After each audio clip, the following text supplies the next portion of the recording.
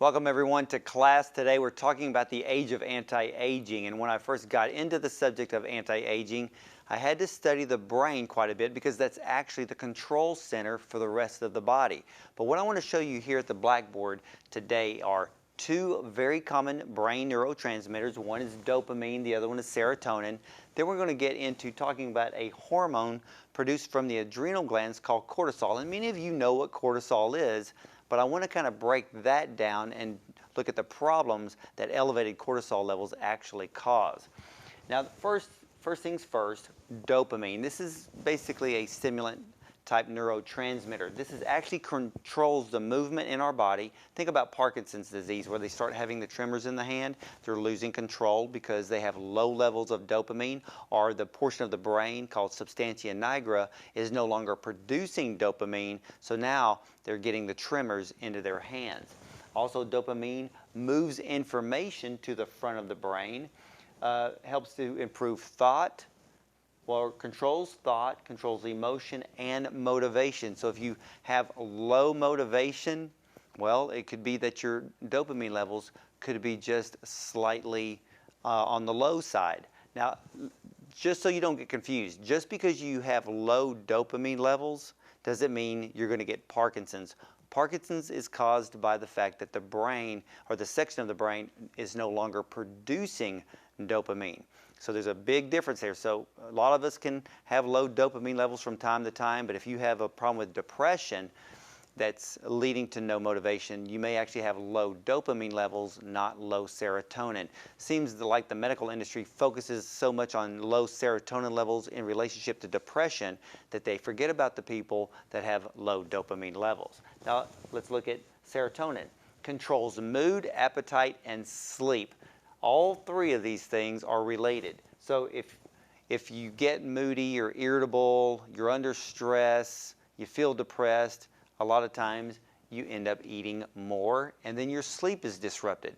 Also, clinical studies have proven that if your levels of serotonin are low and you're not getting enough sleep, you will gain weight and you will have a difficulty losing weight. So having healthy serotonin levels is vital. Now with these two, you'll notice over here I have GH3 written. This is the world's best anti-aging supplement. Been around for 60 years. But what GH3 does in relationship to your neurotransmitters is that it helps to have them work longer and more effectively during the day and also in the evening. So by taking GH3 during the day, your dopamine levels will work more effectively and longer, so that way all of these areas will be improved. Many of you take GH3 at nighttime, like I have always suggested, because what will happen is it will lower cortisol levels, but will also help to improve how the brain uses serotonin. That way, by improving serotonin throughout the night, you're going to sleep better. You're not going to be waking up in the middle of the night hungry, raiding the refrigerator for no reason at all. And of course, I have listed here low levels of serotonin can lead to different forms of depression. Now, but let's look at cortisol levels real quick here. GH3 being an anti-aging supplement, cortisol actually speeds up the aging process, because if you're under stress, have a lot of anxiety and tension, this actually leads to many other problems. So cortisol can cause a blood sugar imbalance. Maybe some of you have type 2 diabetes, insulin resistance. You need to look at keeping cortisol levels under control. Also too, cortisol will lead to weight gain, but not just being under stress and seeing weight appear overnight. It doesn't work like that. You know, when I see television commercials talking about cortisol, I laugh because they always put it in relationship with weight gain, thinking that your cortisol levels go up and then you're fat overnight. It doesn't work that way. If you're under stress, you start eating the wrong foods. That's where the weight gain comes in.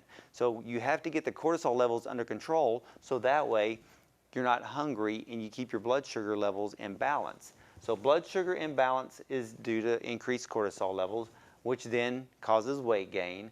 Also suppresses the immune system. If you're under stress the whole time, your immune system is going to weaken, and then you could actually get sick more easily. So we've got to keep that cortisol level normal and under control.